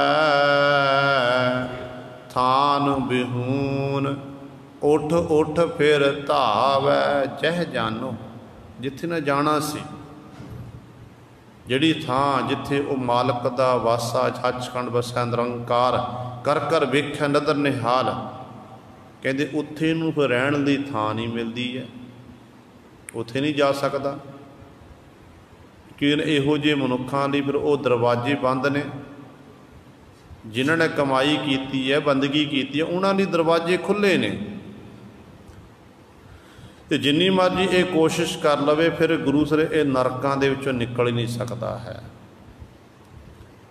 ਤੇ ਇਸ ਤਰ੍ਹਾਂ ਇਹ ਭਟਕਦਾ ਰਹਿੰਦਾ ਹੈ। ਥਾਨ ਬਿਹੂਨ ਉੱਠ ਉੱਠ ਫਿਰ ਧਾਵੈ। ਮਾਨੋ ਜਿਵੇਂ ਆਪਾਂ ਸੰਸਾਰ ਵਿੱਚ ਵਿਚਰਦੇ ਹਾਂ, ਸਾਨੂੰ ਰਹਿਣ ਲਈ ਗੁਰੂ ਸਰ ਮਕਾਨ ਦੀ ਲੋੜ ਹੈ, ਘਰ ਦੀ ਲੋੜ ਹੈ, ਹਰ ਇੱਕ ਮਨੁੱਖ ਨੂੰ ਛੱਤ ਦੀ ਲੋੜ ਹੈ। ਹੁਣ ਜੇ ਸਾਡੇ ਕੋਲ ਛੱਤ ਨਾ ਹੋਵੇ, ਰਹਿਣ ਲਈ ਮਕਾਨ ਨਾ ਹੋਵੇ, ਤੇ ਆਪਾਂ ਜੀਵਨ ਦਾ ਨਿਰਵਾਹ ਕਿਵੇਂ ਕਰਾਂਗੇ? ਕਈ ਵਾਰੀ ਆਪਾਂ ਦੇਖਦੇ ਨੇ ਕਈ ਐਸੇ ਵੀ ਜੀਵਨ ਨੇ ਜਿਹੜੇ ਸੜਕਾਂ ਦੇ ਉੱਤੇ ਦਿਨ ਰਾਤ ਪਏ ਰਹਿੰਦੇ ਨੇ, ਸੜਕਾਂ ਉੱਤੇ ਲੇਟੇ ਨੇ, ਨਾ ਉਹਨਾਂ ਕੋਲ ਰਹਿਣ ਲਈ ਛੱਤ ਨਹੀਂ ਹੈ, ਖਾਣ ਲਈ ਚੰਗਾ ਭੋਜਨ ਲਈ ਹੈ, ਪਹਿਨਣ ਲਈ ਚੰਗਾ ਵਸਤਰ ਨਹੀਂ ਹੈ। ਸਵਰਗ ਅਤੇ ਨਰਕ ਗੁਰੂ ਸਰ ਜੇਕਰ ਦੇਖਿਆ ਜਾਵੇ ਨਾ, ਇੱਥੇ ਹੀ ਪਰਮਾਤਮਾ ਤੁਹਾਨੂੰ ਦਿਖਾ ਦਿੰਦਾ ਹੈ। ਕਿਉਂਕਿ ਜਿਹੜਾ ਇੱਕ ਪਾਸੇ ਸਾਰੀ ਸ਼ਹਿਰ ਦਾ ਗੰਦਗੀ, ਕੂੜਾ ਇਤਿਆਦਿਕ ਇੱਕ ਥਾਂ ਸੁੱਟਿਆ ਜਾਂਦਾ, ਗੰਦਗੀ ਵਿਸ਼ਟਾ ਇਤਿਆਦਿਕ, ਇੱਕ ਥਾਂ 'ਤੇ ਇੱਕ ਮਨੁੱਖ ਉੱਥੇ ਆਪਣਾ ਜੀਵਨ ਦਾ ਨਿਰਵਾਹ ਕਰ ਰਿਹਾ, ਉੱਥੇ ਮੰਗ ਮੰਗ ਕੇ ਖਾ ਰਿਹਾ, ਉਹਦੇ ਲਈ ਉਹ ਨਰਕ ਹੈ। ਇੱਕ ਪਾਸੇ ਆਪਾਂ ਆਪਣੇ ਘਰਾਂ ਦੇ ਵਿੱਚ ਬੈਠ ਕੇ ਮਨਪਸੰਦ ਦਾ ਭੋਜਨ ਛਕਦੇ ਹਾਂ, ਮਨਪਸੰਦ ਦਾ ਪਹਿਨਦੇ ਹਾਂ, 36 प्रकार के पकवान तो भाव की है 36 प्रकार का भोजन छकना कि मनपसंद भोजन छक लेना। हुण 36 प्रकार के इक्को जे 36 प्रकार की आइटमां बना के कोल रख दईए वो सारी नहीं छकी जाणगियां। ਇਹਦਾ ਭਾਵ है कि मनपसंद भोजन छकना, ਜਿਹਨੂੰ मन कर गया वो छक लेना। ये मनुख ही छक सकता, होर नहीं छक सकता। पशु है घर विच बन्निया होया, पशु नूं जिहो जे पट्ठे पा दिते उहो जिहा छक लेना। जे हरे पट्ठे पाना कीते ते हरा, जे तूड़ी पाई तूड़ी छक लेनी उन्हें। भाव जिहो जिहा वो मालक ते निर्भव है। जे मालक ने जिहो जिहा भोजन पाता वो छकना पवेगा। पर मनुख जिहड़ा है, मनुख घर विच बैठा कहंदा अज आ फलानी सब्जी तैयार कर लवो, अज फलानी दाल बनावो, नाल दही होवे, आ होवे, सलाद कट लवो। ये मनुख की अपनी जीभ के रस चसके ने। ये मनपसंद भोजन कहते 36 प्रकार का भोजन। हुण इन्ना कुछ सानू मालक ने दिता होया, सब कुछ प्राप्त है, तो सानू गुरु साडा फर्ज बनता कि उस मालक प्रभु का धन्नवाद करिए, शुक्र करिए कि मालक जी तेरा शुक्र है ते सानू ये इन्ना कुछ पहनने लई वस्त्र देना कीते, खाण लई भोजन देना कीता है। सब तो वड्डी दात प्रभु जी आप जी ने सानू तंदुरुस्ती देना कीती। जे तंदुरुस्ती ना होवे ना गुरु सवारे आपां कुछ नहीं कर सकते। ये सच है। तंदुरुस्ती है आप अमृत वेले उठ जावांगे, तंदुरुस्ती है चौंकड़ा मार के आप बाणी पढ़ लवांगे, तंदुरुस्ती है गुरु सवारे आप इशनान कर लवांगे। सब तो वड्डी गल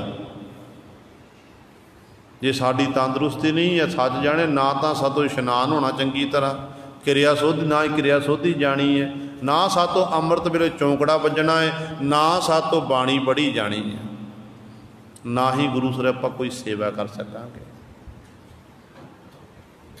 इस करके शुक्र करया करो वाहिगुरु दा कि वाहिगुरु जी, गुरु साहबान जी तुहाडा शुक्र है ते मैनू हाथ पैर सही सलामत दिते ने। कई ऐसे भी परिवार ने जिहड़े मालक उत्ते रोस करन लगे कि मालक ने फलाणे नूं इन्ना धन संपदा दित्ती है, साडी रब सुणदा नहीं, साडे गुरु साहब सुणदे नहीं आ।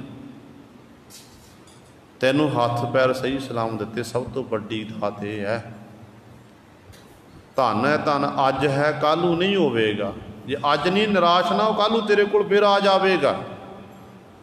तेरे कर्मां दा जिहड़ा लिखिआ हो ते तो कोई खो नहीं सकता है, वो तैनूं ही मिलेगा। इस करके तू शुक्र करके मालक जी समय नूं तंदुरुस्ती बख्शिश कीती है, मेरे हाथ पैर सही सलामत रख, मेरे शरीर नूं सही सलामत रख।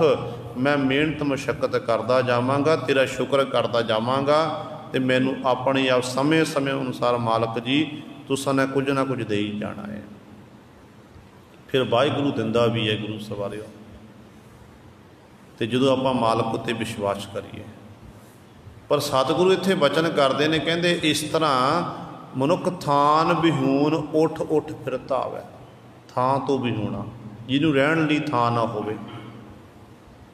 कई बड़े शहरों में देखा जाता, कईयां दे मकान इस तरह छोटे छोटे मकान ने, उस मकानों दे विच गुरु 5-5 10-10 जीव जिहड़े बड़े हुए हैं।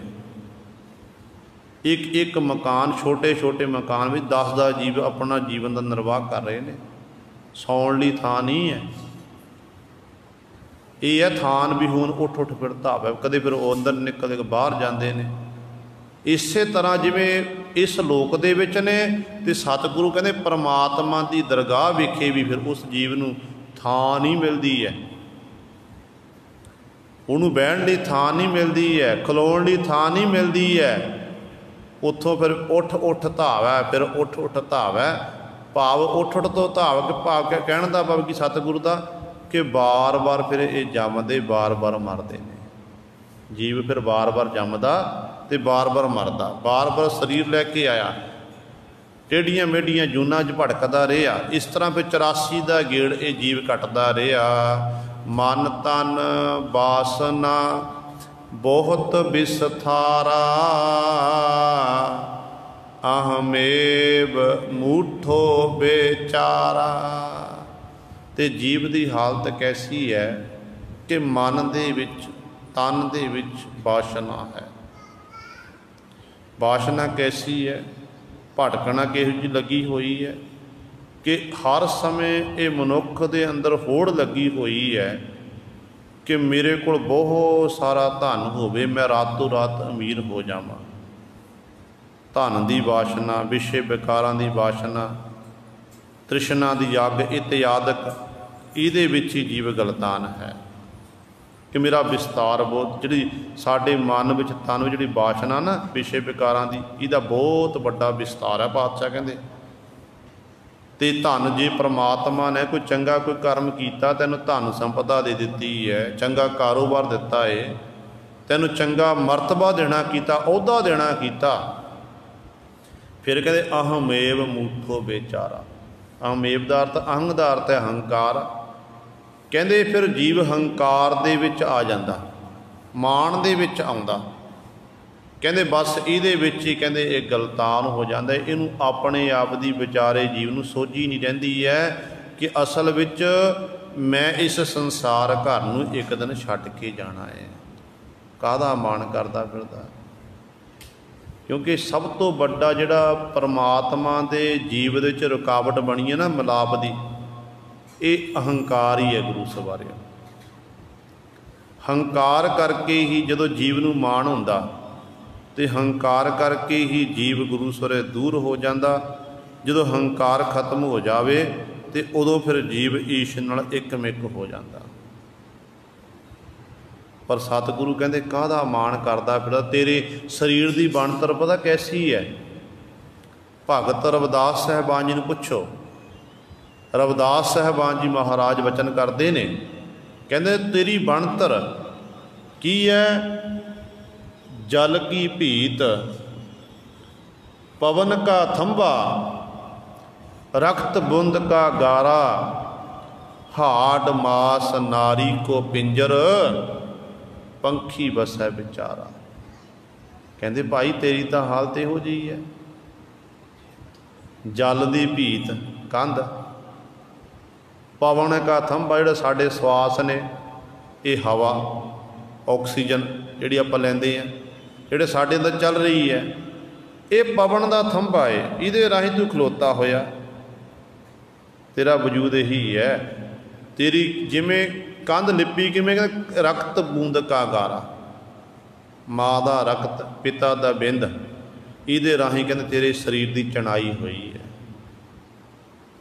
ਹੈ ਕੀ ਹੈ? ਕਹਿੰਦੇ ਹਾਡ ਮਾਸ ਨਾਰੀ ਕੋ ਪਿੰਜਰ, ਪੰਖੀ ਬਸੈ ਵਿਚਾਰਾ। ਹੱਡ ਤੇ ਮਾਸ ਮਿੱਝਦੀ ਕਹਿੰਦੇ ਨਾੜੀਆਂ ਦਾ ਪਿੰਜਰ ਬਣਿਆ ਹੋਇਆ, ਇਹਦੇ ਜੀਵ ਰੂਪੀ ਪੰਛੀ ਬਸ ਰਿਹਾ ਹੈ। ਉਹ ਆਪਣਾ ਉਹਨਾਂ ਵਾਸਾ ਕੀਤਾ ਹੋਇਆ। ਫਿਰ ਮਾਣ ਕਾਹਦਾ ਕਰਦਾ? ਕਹਿੰਦੇ ਪ੍ਰਾਣੀ ਕਿਆ ਮੇਰਾ ਕਿਆ ਤੇਰਾ, ਜੈਸੇ ਤਰਬਰ ਪੰਖ ਬਸੇਰਾ। ਕਹਿੰਦੇ ਕੀ ਮੇਰੇ ਤੇ ਚ ਲੱਗਿਆ ਹੋਇਆ ਭਾਈ ਤੂੰ? ਤੇਰਾ ਸੰਸਾਰ ਘਰ 'ਚ ਰਹਿਣਾ ਇਸ ਤਰ੍ਹਾਂ ਹੈ ਜਿਵੇਂ ਕਹਿੰਦੇ ਪੰਛੀ ਕਹਿੰਦੇ ਨੇ ਦਰਖਤ ਉੱਤੇ ਆਲ੍ਹਣਾ ਬਣਾ ਕੇ ਬੈਠਦਾ ਹੈ, ਰੈਣ ਬਸੇਰਾ ਕਰਦਾ, ਉਡਾਰੀ ਮਾਰ ਕੇ ਚਲਿਆ ਜਾਂਦਾ।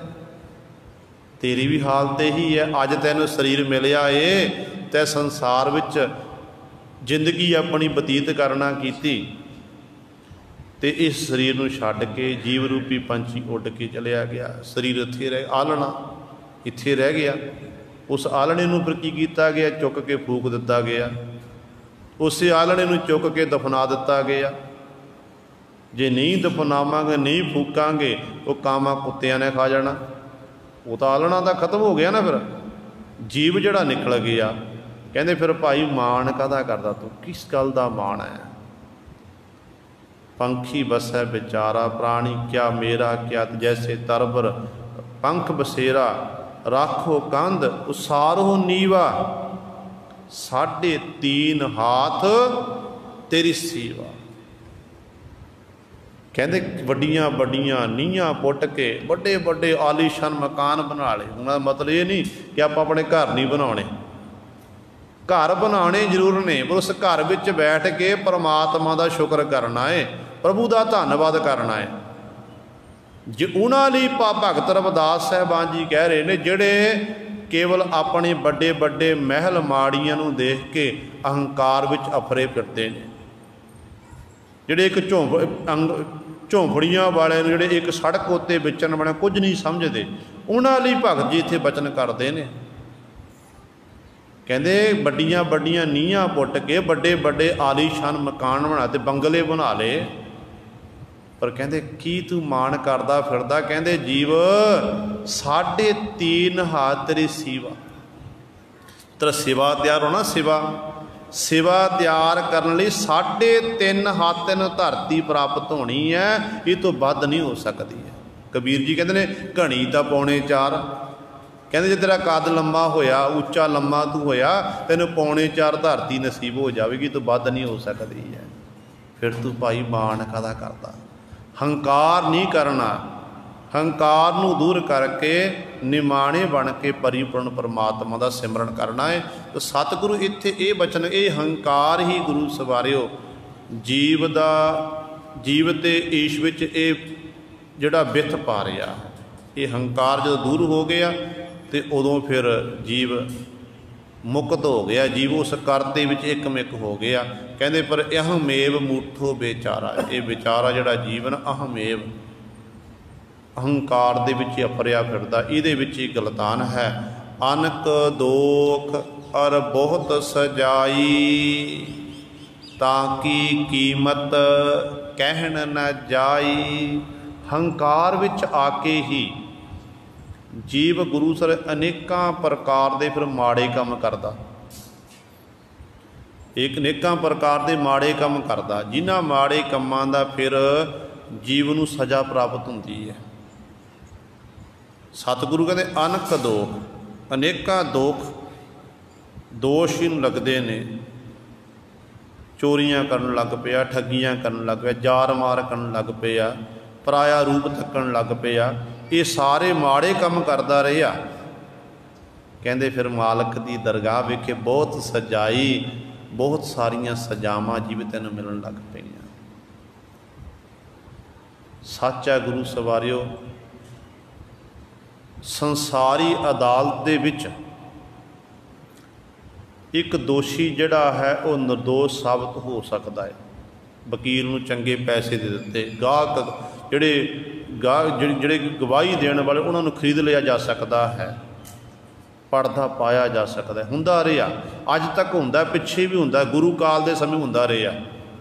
ਐਵੇਂ ਨਹੀਂ ਸਤਿਗੁਰੂ ਜੀ ਨੇ ਕਹਿਤਾ ਵੱਢੀ ਲੈ ਕੇ ਹੱਕ ਗਵਾਏ, ਕਾਜ਼ੀਆਂ ਨੂੰ ਕਹਿ ਦਿੱਤਾ। ਕਾਜ਼ੀ ਉਦੋਂ ਇਸ ਤਰ੍ਹਾਂ ਜਿਵੇਂ ਅੱਜ ਸੁਪਰੀਮ ਕੋਰਟ ਦਾ ਜੱਜ ਗੁਰੂ ਸਵਾਰਿਓ ਕੁਰਸੀ ਉੱਤੇ ਬੈਠ ਕੇ ਫੈਸਲਾ ਸੁਣਾਉਂਦਾ ਨਾ, ਤੇ ਜਿਹੜੇ ਕਾਜ਼ੀ ਲੋਕ ਫਤਵਾ ਤਿਆਰ ਕਰਦੇ ਹੁੰਦੇ ਸੀ, ਜੋ ਫਤਵਾ ਲਾ ਦਿੱਤਾ ਤੇ ਉਹ ਮੰਨਿਆ ਜਾਂਦਾ ਸੀ, ਬਾਦਸ਼ਾਹ ਨੂੰ ਮੰਨਣਾ ਪੈਂਦਾ ਸੀ।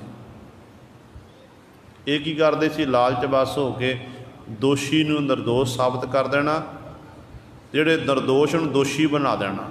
ਇਹੋ ਜਿਹੀ ਹਾਲਤ ਸੀ ਤੇ ਅੱਜ ਵੀ ਹੋ ਰਿਹਾ ਅਦਾਲਤਾਂ ਵਿੱਚ। ਕਈ ਐਸੇ ਨੇ ਜਿਹੜੇ ਗੁਰੂ ਸਵਾਰਿਓ, ਕਈ ਸਾਡੇ ਸਿੱਖ ਭਰਾ ਜਿਹੜੇ ਜਿਨ੍ਹਾਂ ਨੂੰ 30-30 ਸਾਲ 35-35 ਸਾਲ ਹੋ ਗਏ ਨੇ ਜੇਲ੍ਹਾਂ ਵਿੱਚ ਬੈਠਿਆਂ, ਸਜ਼ਾ ਪੂਰੀਆਂ ਹੋ ਚੁੱਕੀਆਂ ਨੇ, ਸਜ਼ਾ ਪੂਰੀਆਂ ਹੋ ਚੁੱਕੀਆਂ ਨੇ, ਪਰ ਹਾਲੇ ਤੱਕ ਉਹਨਾਂ ਨੂੰ ਜਿਹੜੀ ਹਕੂਮਤ ਹੈ ਸਰਕਾਰ ਛੱਡਣ ਦਾ ਨਾਂ ਨਹੀਂ ਲੈ ਰਹੀ ਹੈ। ਤੇ ਇੱਕ ਐਸੇ ਨੇ ਜਿਹੜੇ ਗੁਰੂ ਸਵਾਰਿਓ ਕੁਝ ਕੁ ਸਾਲ ਲਾਉਂਦੇ ਨੇ, ਜਿਹੜੇ ਵੱਡੇ ਵੱਡੇ ਕਤਲ ਕੀਤੇ ਨੇ, ਉਹ ਕੁਝ ਕੁ ਸਾਲ ਲਾ ਕੇ ਉਹਨਾਂ ਦਾ ਕਹਿੰਦੇ ਇਹ ਜੇਲ੍ਹ ਚੰਗੇ ਇਹਨਾਂ ਨੇ ਕੰਮ ਕੀਤੇ ਨੇ, ਵਧੀਆ ਅਸਰ ਰਸੂਖ ਸੀ, ਜਿਸ ਕਾਰਨ ਪਰੋਲ ਦੇ ਬਾਹਰ ਭੇਜਿਆ ਜਾ ਰਿਹਾ ਹੈ। ਇਸ ਤਰ੍ਹਾਂ ਦੀਆਂ ਸੋਚਾਂ ਨੇ, ਇਹ ਅੱਜ ਤੱਕ ਹੋ ਰਿਹਾ ਹੈ। ਪਰ ਗੱਲ ਇਹ ਹੈ ਕਿ ਮਾਲਕ ਦੀ ਇੱਥੇ ਤਾਂ ਆਪਾਂ ਬਚ ਜਾਵਾਂਗੇ, ਪ੍ਰਭੂ ਦੀ ਦਰਗਾਹ ਵਿਖੇ ਨਹੀਂ ਬਚਾਂਗੇ। ਜਿੰਨੀ ਮਰਜ਼ੀ ਆਪਾਂ ਕੋਸ਼ਿਸ਼ ਕਰ ਲਈਏ, ਉਸ ਵਾਹਿਗੁਰੂ ਦੀ ਦਰਗਾਹ ਦੇ ਵਿੱਚ ਗੁਰੂ ਸਾਹਿਬ ਜੋ ਆਪਾਂ ਕਰਮ ਕੀਤੇ ਨੇ ਨਾ, ਉਹ ਸਾਨੂੰ ਭੋਗਣੇ ਪੈਣਗੇ। ਇਹ ਗੁਰਬਾਣੀ ਵਿੱਚ ਵਾਰ-ਵਾਰ ਬਚਨ ਆਏ ਨੇ ਪਾਤਸ਼ਾਹ ਦੇ ਕਿ ਜਿਵੇਹ ਕਰਮ ਕਮਾਵਤੇ ਤੇ ਵੇਹ ਫਲ ਤੇ। ਫਰੀਦਾ ਲੋਰੈ ਦਾਖ ਬਜੋਰੀਆਂ, ਕਿੱਕਰ ਬੀਜੈ ਜੱਟ, ਹੰਡੈ ਉਨ ਕਤਾਇੰਦਾ, ਪੈਂਦਾ ਲੋੜੈ ਪੱਟ। ਕਹਿੰਦੇ ਇੱਥੇ ਤਾਂ ਕਹਿੰਦੇ ਕਿੱਕਰਾਂ ਵਾਲੇ ਕਹਿੰਦੇ ਭਾਈ ਬੀਜ ਬੀਜਣਾ ਕੀਤੇ, ਤੇ ਭਾਲਦਾ ਫਿਰ ਦਾਖ ਬਜੋਰੀਆਂ, ਉਹ ਕਿਵੇਂ ਤੈਨੂੰ ਪ੍ਰਾਪਤ ਹੋ ਜਾਣਗੀਆਂ। ਤੇ ਗੁਰੂ ਸਾਹਿਬਾਨ ਕਹਿੰਦੇ ਨੇ ਇਸ ਤਰ੍ਹਾਂ ਭਾਈ ਤੈਨੂੰ ਉਹ ਜਿਹੋ ਜੇ ਤੂੰ ਕਰਮ ਕਰੇਗਾ ਉਹਦੇ ਮੁਤਾਬਕ ਤੈਨੂੰ ਸਜ਼ਾ ਮਿਲੇਗੀ। ਮਾਲਕ ਦੀ ਦਰਗਾਹ ਵਿਖੇ ਤੂੰ ਬਖਸ਼ਿਆ ਨਹੀਂ ਜਾਵੇਗਾ। ਇਸ ਕਰਕੇ ਬਹੁਤ ਸਜ਼ਾਈ ਅਨਕ ਦੋਖ, ਅਨੇਕਾਂ ਤੇਰੇ ਉੱਤੇ ਦੋਸ਼ ਲੱਗਣਗੇ। ਜੋ ਤਾਂ ਕੰਮ ਕੀਤੇ ਉਹ ਤੇ ਮੁਨਕਰ ਨਹੀਂ ਹੋ ਸਕੇਗਾ। ਫਿਰ ਉਹਨੇ ਕੀਤੇ ਹੋਏ ਕਰਮਾਂ ਦੀ ਤੈਨੂੰ ਬਹੁਤੀ ਸਜ਼ਾ ਵਾਹਿਗੁਰੂ ਦੇ ਦਰਗਾਹ ਵਿਖੇ ਪ੍ਰਾਪਤ ਹੋਵੇਗੀ, ਤਾਂ ਕਿ ਕੀਮਤ ਕਹਿਣ ਨਾ ਜਾਏ। ਤੇ ਜਿਸ ਤਰ੍ਹਾਂ ਪਰਮਾਤਮਾ ਦੇ ਨਾਮ ਦੀ ਕੀਮਤ ਨਹੀਂ ਕਹੀ ਜਾ ਸਕਦੀ ਹੈ, ਇਸੇ ਤਰ੍ਹਾਂ ਜਿਹੜੀ ਤੈਨੂੰ ਸਜ਼ਾਵਾਂ ਮਿਲਣੀਆਂ ਨੇ ਨਾ, ਵਾਰ ਜਨਮੇਗਾ, ਵਾਰ ਮਰੇਗਾ, 84 ਦਾ ਗੇੜ ਜਵਾਬ ਲਗਾਤਾਰ ਚੱਲਦਾ ਰਹੇਗਾ। ਫਿਰ ਤੈਨੂੰ ਇਸ ਤਰ੍ਹਾਂ ਗੁਰੂ ਸਵਾਰਿਓ ਤੂੰ ਭਟਕਦਾ ਰਹੇਗਾ। ਉਹਨਾਂ ਦੀ ਜਿਹੜੀ ਜੂਨਾਂ ਦੀ ਗਿਣਤੀ ਨਹੀਂ ਹੈ। ਜਿਵੇਂ ਪਰਮਾਤਮਾ ਦੇ ਨਾਮ ਦੀ ਕੀਮਤ ਨਹੀਂ ਨਾ, ਤੇ ਇਸੇ ਤਰ੍ਹਾਂ ਤੈਨੂੰ ਮਨੁੱਖਾ ਦੇਹੀ ਮਿਲੀ ਹੈ, ਇਹਦੀ ਵੀ ਕੋਈ ਕੀਮਤ ਨਹੀਂ ਹੈ। ਵੱਖਰੀ ਗੱਲ ਹੈ ਕਿ ਮਨੁੱਖ ਦਾ ਮੁੱਲ ਲਾਇਆ ਜਾ ਸਕਦਾ ਹੈ ਹਿੰਦੁਸਤਾਨ ਦੀ ਧਰਤੀ ਉੱਤੇ। ਤੇ ਇਸ ਤਰ੍ਹਾਂ ਦਾ ਸਮਾਂ ਵੀ ਸੀ ਜਦੋਂ ਮਨੁੱਖ ਨੂੰ ਗੁਰੂ ਸਰੇ ਵੇਚਿਆ ਜਾਂਦਾ ਸੀ। ਗੁਰੂ ਨਾਨਕ ਪਾਤਸ਼ਾਹ ਖੁਦ ਵਿਕੇ ਸੀ। ਜਦੋਂ ਸਤਿਗੁਰੂ ਪਾਤਸ਼ਾਹ ਮਹਾਰਾਜ ਜੀ ਨੂੰ ਵੇਚਿਆ ਗਿਆ ਤੇ ਸਤਿਗੁਰੂ ਇੱਕ ਗੁਰੂ ਸਵਾਰੇ ਇਸ ਤਰ੍ਹਾਂ ਦਲਾਲ ਖਰੀਦ ਕੇ ਲੈ ਕੇ ਗਿਆ। ਤੇ ਗੁਰੂ ਨਾਨਕ ਪਾਤਸ਼ਾਹ ਮਹਾਰਾਜ ਨੂੰ ਜਦੋਂ ਖਰੀਦ ਕੇ ਲੈ ਕੇ ਇੱਕ ਬੋਲੀ ਹੋਈ ਹੈ ਸਤਿਗੁਰਾਂ ਦੀ, ਤੇ ਸਤਿਗੁਰੂ ਚੋਜੀ ਪ੍ਰੀਤਮ ਪਾਤਸ਼ਾਹ ਮਹਾਰਾਜ ਸਾਰੀ ਰਾਤ ਪਰਮਾਤਮਾ ਦੀ ਸਿਫਤ ਸਲਾਹ ਕਰਦੇ ਰਹੇ। ਸਿਫਤ ਸਲਾਹ ਵਿੱਚ ਜੁੜ ਗਏ। ਉਸ ਜਿਹੜਾ ਖਰੀਦ ਕੇ ਲੈ ਕੇ, ਜਿਹੜਾ ਪੀਰ ਖਰੀਦ ਕੇ ਲੈ ਕੇ ਗਿਆ, ਉਹ ਕਹਿਣ ਲੱਗਿਆ, ਐ ਖੁਦਾ ਦੇ ਬੰਦੇ, ਤੂੰ ਇੱਥੇ ਕੀ ਕਰਨ ਆਇਆ? ਗੁਲਾਮਾਂ ਦੀ ਮੰਡੀ ਵਿੱਚ ਆਪਣੇ ਆਪ ਨੂੰ ਵੇਚਣਾ ਕੀਤਾ, ਤੂੰ ਇੱਥੇ ਕੀ ਕਰਨ ਆਇਆ ਹੈ? ਤੇ ਧੰਨ ਗੁਰੂ ਨਾਨਕ ਦੇਵ ਮਹਾਰਾਜ ਆਖਣ ਲੱਗੇ, ਮੈਂ ਤੈਨੂੰ ਇੱਥੇ ਸੁਧਾਰਨ ਵਾਸਤੇ ਆਇਆ ਹਾਂ। ਕਹਿਣ ਲੱਗੇ, ਤੁਹਾਨੂੰ ਯਕੀਨ ਹੈ ਕਿ ਤੁਸੀਂ ਮੈਨੂੰ ਸੁਧਾਰ ਦੇਵੋਗੇ? ਧੰਨ ਗੁਰੂ ਨਾਨਕ ਦੇਵ ਮਹਾਰਾਜ ਨੇ ਬਚਨ ਕੀਤੇ। ਕਹਿਣ ਲੱਗੇ, ਮੇਰਾ ਜਨਮ ਹੀ ਤੁਹਾਡੇ ਜੈਸੇ ਨੂੰ ਸੁਧਾਰਨ ਵਾਸਤੇ ਹੋਇਆ ਹੈ। ਕਹਿਣ ਲੱਗੇ, ਕਿਵੇਂ ਸੁਧਾਰੇਗਾ? ਸਤਿਗੁਰੂ ਕਹਿਣ ਲੱਗੇ, ਬਸ ਤੁਹਾਨੂੰ ਸੁਧਾਰਨ ਦਾ ਤਰੀਕਾ ਮੇਰੇ ਕੋਲ ਇਹ ਹੈ ਕਿ ਮੈਨੂੰ ਮਾਲਕ ਵਾਹਿਗੁਰੂ ਨੇ ਉਹ ਕਲਾ ਬਖਸ਼ੀ ਹੈ, ਮੈਂ ਆਪਣੇ ਵਿਚਾਰਾਂ ਦੇ ਰਾਹੀਂ ਤੁਹਾਨੂੰ ਸੁਧਾਰ ਦਿਆਂਗਾ। ਗੁਰੂ ਨਾਨਕ ਨੇ ਕੋਈ ਤਲਵਾਰ ਨਹੀਂ ਚੁੱਕੀ। ਗੁਰੂ ਨਾਨਕ ਦੀ ਸ਼ਬਦ ਰੂਪੀ ਤਲਵਾਰ ਸੀ। ਸਤਿਗੁਰੂ ਕਹਿਣ ਲੱਗੇ, ਵਿਚਾਰਾਂ ਰੂਪੀ ਵਿਚਾਰਾਂ ਦੇ ਰਾਹੀਂ ਤੁਹਾਨੂੰ ਸੁਧਾਰਾਂਗਾ। ਗੁਰੂ ਨਾਨਕ ਦੀ ਅਲਾਹੀ ਬਾਣੀ ਸੁਣੀ, ਵਿਚਾਰ ਸੁਣੀ, ਉਹ ਪੀਰ ਸਤਿਗੁਰਾਂ ਦੇ ਚਰਨਾਂ 'ਚ ਡਿੱਗ ਪਿਆ। ਸਤਿਗੁਰੂ ਕਹਿਣ ਲੱਗੇ, ਜੇ ਭਲਾ ਚਾਹੁੰਦਾ ਨਾ, ਅੱਜ ਤੋਂ ਬਾਅਦ ਤੋਬਾ, ਇਹਨਾਂ ਮਾੜੇ ਕੰਮਾਂ ਤੋਬਾ ਕਰ ਲੈ। ਮਨੁੱਖ ਹੋ ਕੇ ਮਨੁੱਖ ਨੂੰ ਖਰੀਦੀ ਜਾ ਰਹੇ, ਗੁਲਾਮ ਬਣਾਉਂਦਾ ਫਿਰਦਾ। ਸਾਰੇ ਗੁਲਾਮਾਂ ਨੂੰ ਛੱਡ, ਸਾਰੇ ਆਪਣਾ ਭਾਈਚਾਰਾ ਸੱਦਿਆ ਤੇ ਧੰਨ ਗੁਰੂ ਨਾਨਕ ਦੇ ਮਹਾਰਾਜ ਦੀ ਸ਼ਰਨ ਵਿੱਚ ਡਿੱਗੇ। ਸਤਿਗੁਰੂ ਸ਼ਬਦ ਉਚਾਰੇ, ਮੁੱਲ ਖਰੀਦੀ ਲਾਲਾ ਗੋਲਾ, ਮੇਰਾ ਨਾਮ ਸੁਭਾਗਾ, ਗੁਰ ਕੀ ਬਚਨੀ ਹਾਟ ਬਿਕਨ, ਜਿਤ ਲਾਜ ਤਿਤ ਲਾਗੇ। ਇਹ ਸ਼ਬਦ ਪਾਤਸ਼ਾਹ ਨੇ ਉਸ ਸਮੇਂ ਉਚਾਰਨ ਕੀਤਾ ਸੀ। ਤੇ ਉਹ ਜਿਹੜੇ ਗੁਰੂ ਨਾਨਕ ਨੂੰ ਗੁਲਾਮ ਬਣਾਉਣ ਲੱਗੇ ਸਨ, ਉਹ ਗੁਰੂ ਨਾਨਕ ਦੇ ਸਦੀਵੀ ਕਾਲ ਦੇ ਗੁਲਾਮ ਬਣ ਗਏ ਗੁਰੂ ਸਵਾਰਿਓ। ਇਹੋ ਜਿਹਾ ਸਮਾਂ ਵੀ ਸੀ ਕਿ ਮਨੁੱਖ ਨੂੰ ਆਪਣਾ ਗੁਲਾਮ ਬਣਾਉਂਦਾ ਫਿਰ। ਅੱਜ ਵੀ ਅਜੋਕਾ ਸਮਾਂ ਇਹੋ ਜਿਹਾ ਹੈ।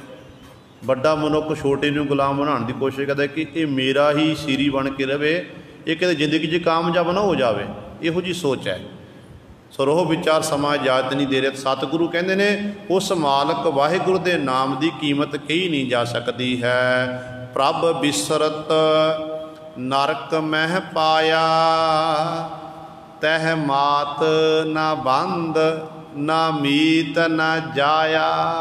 ਕਹਿੰਦੇ ਪ੍ਰਭੂ ਪਰਮਾਤਮਾ ਨੂੰ ਵਿਸਾਰਨ ਕਰਕੇ ਜੀਵ ਤੋਂ ਨਰਕਾਂ ਵਿੱਚ ਪੈਂਦਾ ਹੈ, ਬਾਰ ਜੰਮਦਾ, ਬਾਰ ਮਰਦਾ ਹੈ। ਤੇ ਉਹ ਥਾਂ ਤੈਨੂੰ ਪ੍ਰਾਪਤ ਹੋਣੀ ਹੈ ਅੰਤ ਵੇਲੇ। ਕਹਿੰਦੇ ਨਾ ਤੇਰੀ ਮਾਂ, ਨਾ ਤੇਰਾ ਬੰਧ ਰਿਸ਼ਤੇਦਾਰ, ਨਾ ਮੀਤ, ਨਾ ਮਿੱਤਰ, ਨਾ ਜਾਇਆ ਜਿਨ੍ਹਾਂ ਤੈਨੂੰ ਪੈਦਾ ਕੀਤਾ। ਭਾਵ ਤੇਰਾ ਪਿਤਾ ਇਤਿਆਦਿਕ, इन्हां विचों तेरा कोई भी अंत वेले सहायता करन वाला नहीं है। जिसको होत कृपाल सुआमी, सो जन नानक पार गरामी। अखीरलियां पंक्तियां विच गुरु साहबान जी बख्शिश करते हैं कि जिसको होत कृपाल सुआमी, सुआमी जिहड़ा सारियां दा मालक है, जिहदे उत्ते उस मालक दी मेहरामत हुंदी है, मालक दी कृपा हुंदी है, जिहदे उत्ते वो मालक बख्शिश करता है। सो जन नानक पार गरामी, नानक गुरु जी उच्चारण करते हैं, ओ जन प्यारा उस पारगरामी परमेश्वर वाहिगुरू नूं प्राप्त कर लैंदा। भाव ओ पारगरामी फिर ओ मालक दा नाम जप के संसार समंदर तो वो तर जाता है, वो जम्मण मरण तो रहत हो जाता है, वो मुक्त हो जाता है। ये गुरु सवारे सतगुरु जी ने साडे उत्ते बख्शिश की है। तीन पदियां की विचार पातशाह जी ने आप करवाई है। चौथे पदे की विचार आपां कल वाले दीवाना विच करांगे। होईयां भुलां चुकां दी खिमा। आओ दो पंक्तियां पढ़ के फतेह बोलां।